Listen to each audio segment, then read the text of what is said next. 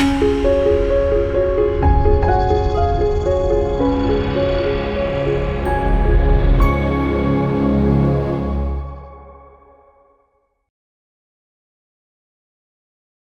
మాత్రం. నేను మీ journalist Navatha. Welcome to our voice. సనాతన ధర్మానికి మూలమైన భారతదేశంలో హిందువులలో భయానక వాతావరణం, అభద్రతా భావం కల్పించేందుకు దుష్ట శక్తులు ప్రయత్నిస్తున్నాయి. మంచితనంతో దేవుడిపై భారం వేసి తమ ధర్మాన్ని అనుసరిస్తున్న హిందువుల పరమత సహనాన్ని బలహీనంగా భావిస్తూ వారిని రెచ్చగొట్టేందుకు దేశంలో కుట్రలు జరుగుతున్నాయి. భారతీయులు సగర్వంగా నిర్మించుకున్న అయోధ్య రామ మందిరం ప్రాంగణంలో భాగ్యనగరం నడి ఒడ్డున ఇటీవల జరిగిన దుశ్చర్యలు, ఏఐఎం చీఫ్ అసదుద్దీన్ ఓవైసీ చేసిన వ్యాఖ్యలు పరిశీలిస్తే దేశంలో హిందూ సమాజం జాగృతం కావాల్సిన ఆవశ్యకతను తెలియజేస్తున్నాయి. ఈ మూడు సందర్భాల్లోనూ తాము ఏమైనా చేయగలమనేలా మత ఛాందస్స బరితెగింపు స్పష్టంగా కనబడుతోంది. అయోధ్య భాగ్యనగరంలో దేవాలయాల లక్ష్యంగా జరిగిన ఘటనలు హిందువుల సహనాన్ని పరీక్షించగా, ఓవైసీ వ్యాఖ్యలు యావత్ భారతదేశ భవిష్యత్తుకు ఒక హెచ్చరిక కాకుండా మత కుట్రలకు సూచకంగా కనిపిస్తున్నాయి.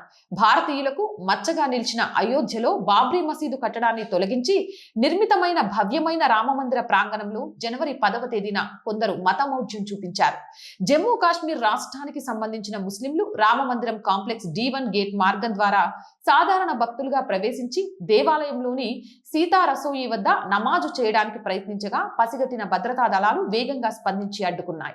జమ్మూ కాశ్మీర్లోని సోఫైన్ జిల్లాకు చెందిన 55 ఏళ్ల అబు అహ్మద్ షేక్ సోఫియా అనే మహిళతో పాటు మరో యువకుడిని పోలీసులు ఈ ఘటనలో అదుపులోకి తీసుకోవడంతో యావత్ దేశం దిగ్భ్రాంతికి గురైంది.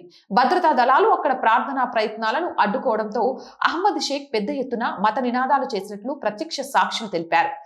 భారతీయుల శతాబ్దాలుగా పోరాడి నిర్మించుకున్న దివ్యమైన రామ మందిరంలో మధ్యాహ్న వేళ నమాజు చేసి సనాతన ధర్మాన్ని అనుసరించే వారిని అవమానించడమే కాకుండా తాము తలుచుకుంటే ఏమైనా చేయగలమని హెచ్చరించాలనే ఉద్దేశపూర్వకంగా ఈ ఘటనకు పాల్పడ్డారు.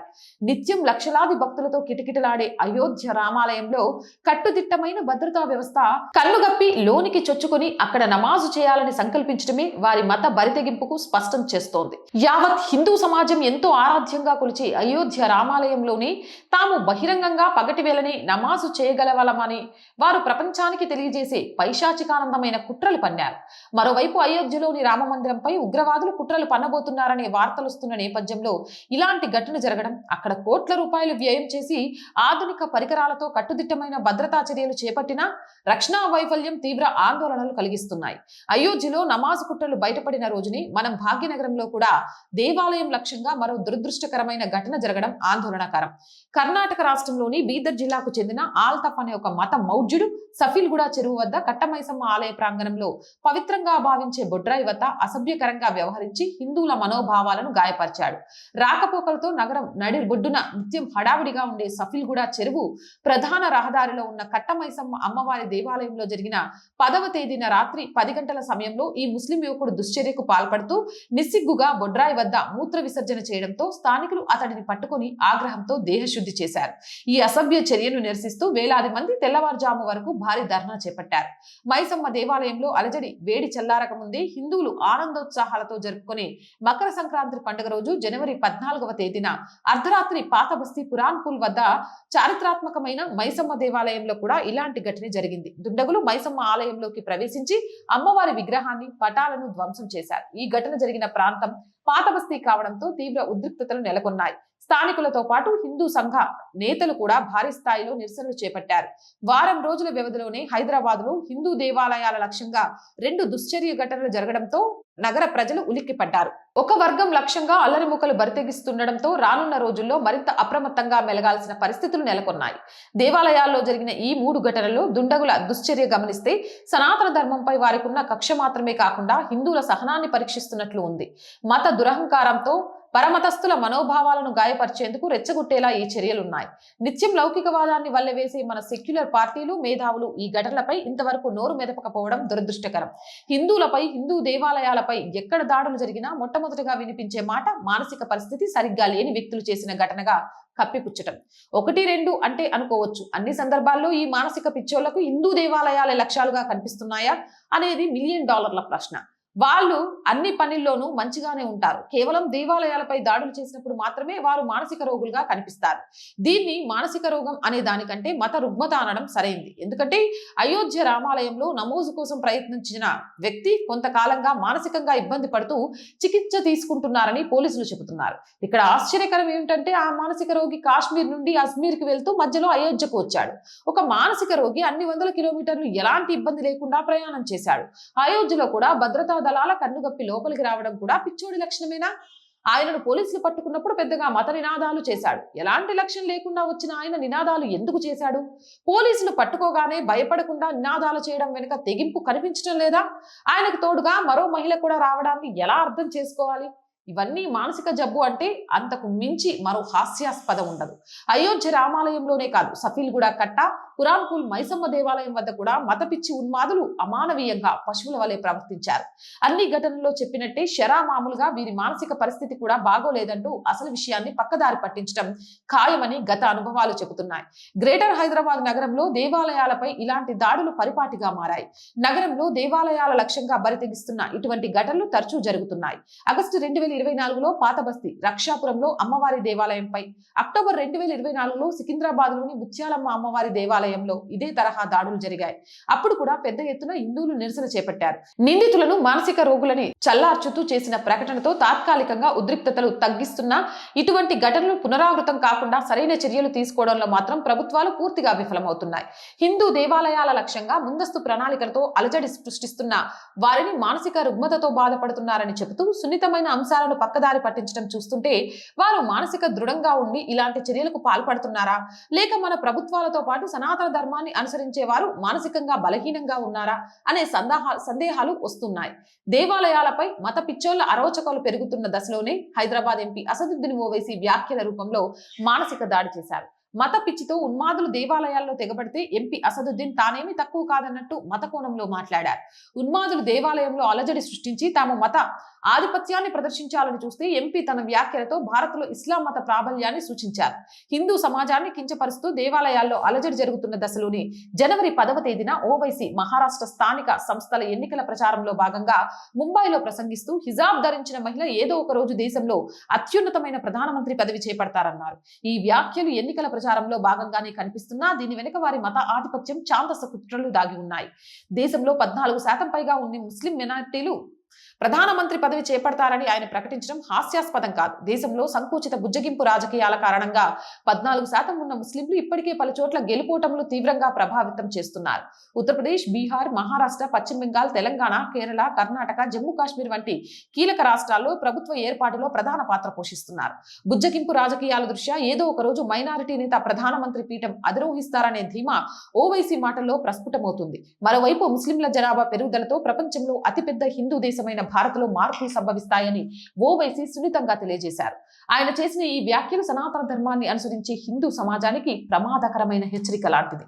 ప్రజాస్వామ్య భారతదేశంలో ఉన్నతమైన రాష్ట్రపతి పదవిని జాకీర్ హుసేన్, మహమ్మద్ హిదాయతుల్లా, ఫక్రుద్ అలీ, అబ్దుల్ కలాం చేపట్టారు. దేశంలో అత్యున్నత పదవి మైనారిటీలకు ఇవ్వకూడదని ఎక్కడా లేదు, అలానే మహిళలు చేపట్టకూడదని కూడా లేదు. అయితే అసదుద్దీన్ ఓవైసీ చేసిన వ్యాఖ్యల్లోనూ మత కోణం కనిపిస్తోంది. హిజాబ్ ధరించిన వారు ప్రధాని పదవి చేపట్టాలంటున్నారు. మతం ఆధారంగా రాజకీయాలు చేసే ఓవైసీ హిజాబ్ అంశంతో రాజకీయ లబ్ధికి ప్రయత్నిస్తున్నారు. ఒక ముస్లిం లేదా ముస్లిం మహిళ ప్రధాని పదవి చేపట్టాలి అనడం కంటే హిజాబ్ ధరించిన వారు ప్రధాని అవుతారని చెప్పడంలోనే మత కోణం ఉంది. బీహార్ సీఎం నితీష్ కుమార్ పై ఇటీవల హిజాబ్ చర్చ జరుగుతున్న వేళ ఓవైసీ మహారాష్ట్ర ఎన్నికల్లో హిజాబ్ అంశం లేవనెత్తారు. సున్నితమైన హిజాబ్ గురించి ఆయన మాట్లాడటం ఇది మొదటిసారి కాదు. అక్టోబర్ 26, 2022న కర్ణాటక రాష్ట్రంలో స్థానిక సంస్థల ఎన్నికల వేళ ఒక సభలో మాట్లాడుతూ హిజాబ్ ధరించిన వారు ప్రధాని కావాలని అసదుద్దీన్ ఓవైసీ వ్యాఖ్యలు చేశారు. ఆ సమయంలో కర్ణాటకలో హిజాబ్ వివాదం నడుస్తోంది. అంతేకాదు మార్చి 2022లో కర్ణాటకలో హిజాబ్ అంశంపై కోర్టు తీర్పు ఇచ్చిన సమయంలో కూడా ఓవైసీ ఇలాంటి వ్యాఖ్యలే చేశారు. ఎన్నికల సమయాల్లో హిజాబ్ వంటి సున్నితమైన అంశాలతో రాజకీయ లబ్ధి పొందేందుకు ప్రయత్నించడం ఎంపీ అసదుద్దీన్ ఓవైసీకి వెన్నెతో పెట్టిన విద్య కావడంతో తరచూ మాట్లాడుతుంటారు. పాకిస్తాన్ వాళ్ళే కాకుండా ఇండియాలో అంబేద్కర్ కారణంగా హిజాబ్ ధరించిన వారికి కూడా ప్రధానమంత్రి పదవి చేపట్టే అవకాశం ఉందని ఓవైసీ వ్యాఖ్యానించారు. అడుగడుగునా మతం పేరుతో రాజకీయాలు నడుపుతూ లబ్ధి పొందే ఓవైసీ లాంటి వారు అంబేద్కర్ పేరు ఎత్తడం దెయ్యాలు వేదాలు వల్లించినట్లే ఉంటుంది. మత రాజకీయాలు భారత్లో ఇస్లాం మత దేశ విభజన అంశాలపై అంబేద్కర్ స్పష్టమైన అభిప్రాయం వెల్లబుచ్చారు. ఇస్లాంలో మతం పాలన వేరువేరుగా ఉండడం కష్టమని, దేశ విభజన సమయాల్లో హిందువులు ముస్లింల మధ్య నమ్మకం తగ్గిందని, వీరి మధ్య శాంతి ఉండకపోవచ్చునని, బాధాకరమైన దేశ విభజన పరిస్థితులు ఏర్పడ్డాయని నాడే అంబేద్కర్ తమ అభిప్రాయాన్ని స్పష్టంగా చెప్తే ఇప్పుడు ఆయన పేరు ఉటంకిస్తూ హిజాబ్ ధరించిన వారు ప్రధానమంత్రి అవుతారని ఓవైసీ వ్యాఖ్యానించడం హాస్యాస్పదం. అసదుద్దీన్ ఓవైసీ వ్యాఖ్యల్లో ముస్లిం మహిళల అభివృద్ధి కంటే ఆయనలో ఉన్న మత అహంకార ఆధిపత్యమే కనిపిస్తోంది. ఎన్నో అవకాశాలున్న ఓవైసీ నేతృత్వంలోని ఏఐఎంఐఎం పార్టీ కీలకమైన పదవులను మహిళలకు ఎన్నడూ కట్టబెట్టకుండా చిన్నచూపు చూస్తోంది. స్థానిక సంస్థల ఎన్నికల్లో రిజర్వేషన్ల కారణంగా తప్పని పరిస్థితుల్లో మహిళలకు కార్పొరేటర్ల పదవుల అవకాశాలు ఇస్తున్నారు. నిజంగా ఆయనకు ముస్లిం మహిళలపై ప్రేమ ఉంటే వారికి ఉన్నత పదవులు ఎందుకు ఇవ్వలేదు? ఎంపీ, ఎమ్మెల్యే, ఎమ్మెల్సీ, మేయర్ పదవులను తమ కుటుంబ సభ్యులకు, తమ అనుచరులకు మాత్రమే ఇస్తూ మహిళలకు ఎందుకు ఇవ్వలేదు? ఎంపీ, ఎమ్మెల్యే, ఎమ్మెల్సీ, మేయర్ పదవులను తమ కుటుంబ సభ్యులకు, తమ అనుచరులకు మాత్రమే ఎందుకు ఇస్తున్నారు? భారతదేశంలో అత్యున్నత పదవైన ప్రధాని పదవి గురించి మాట్లాడే ఓవైసీ హిజాబ్ ధరించిన వారికి మజ్లిస్ పార్టీ అధ్యక్ష పదవి ఇవ్వచ్చు కదా, ఇవ్వగలరా? మహిళల గురించి మాట్లాడే ఓవైసీ 2023 లోక్సభ ఎన్నికల్లో బీజేపీ తరపున పోటీ చేసిన మాధవిలతపై ఒక మహిళ అని కూడా చూడకుండా మజ్లిస్ పార్టీ ఎంత అనుచితంగా, దౌర్జన్యంగా వ్యవహరించిందో తెలిసిందే. మాధవిలత హిందూ మహిళ అనుకుంటే గతంలో హిజాబ్ ధరించిన ముస్లిం మహిళ పట్ల కూడా మజ్లిస్ అలానే వ్యవహరించింది. చాంద్రాయనగుట్ట అసెంబ్లీ నియోజకవర్గం నుంచి 2018లో అసదుద్దీన్ ఓవైసీ సోదరుడు అక్బరుద్దీన్ ఓవైసీ ప్రత్యర్థిగా బీజేపీ తరపున పోటీ చేసిన ముస్లిం మహిళ షాహిజాది సయ్యద్ పై మజ్లిస్ పార్టీ చేసిన ఆగడాలు, వ్యాఖ్యలు అన్ని ఇన్ని కావు. ఆమెను బరిలో నుంచి తప్పించేందుకు అన్ని రకాల ఒత్తిళ్లు తెచ్చారు. ఆమె వారి బెదిరింపులకు, ఒత్తిళ్లకు లొంగకుండా పోటీ చేస్తే ఇబ్బందులు పెట్టారు. హిజాబ్ ధరించిన మహిళ ప్రధాని పదవి చేపట్టాలని ఆకాంక్షించే అసదుద్దీన్ నాడు హిజాబ్ ధరించిన మహిళల పట్ల ఎందుకు అనుచితంగా వ్యవహరించారో సమాధానం చెప్పాలి. వీరి వ్యవహార శైలి ఒకేలా కనిపిస్తుంది. హిజాబ్ ధరించినా ధరించకపోయినా మత ఛాందస్సంతో ఓవైసీ కనుసన్నల్లో వారి అడుగులకు మడుగులు వత్తేవారుండాలి. మానసికంగా రాజకీయ దాడులు చేస్తున్న అసదుద్దీన్ ఓవైసీ వ్యాఖ్యల్లో ముస్లిం మహిళలపై ప్రేమ కంటే వారి మత ఆధిపత్యం, ఛాందస్సమే ఎక్కువగా కనిపిస్తుంది. నూతన సంవత్సరం 2026 ఆరంభంలోనే యాదృచ్ఛికమైన దేవాలయాల్లో ప్రత్యక్షంగా అలజడులు, పరోక్షంగా అసదుద్దీన్ వ్యాఖ్యలు గమనిస్తే దేశంలో సనాతన ధర్మంపై విషం కక్కేందుకు, కుట్రలు పన్నేందుకు విద్రోహ శక్తులు కాచుకొని కూర్చున్నాయని స్పష్టమవుతుంది.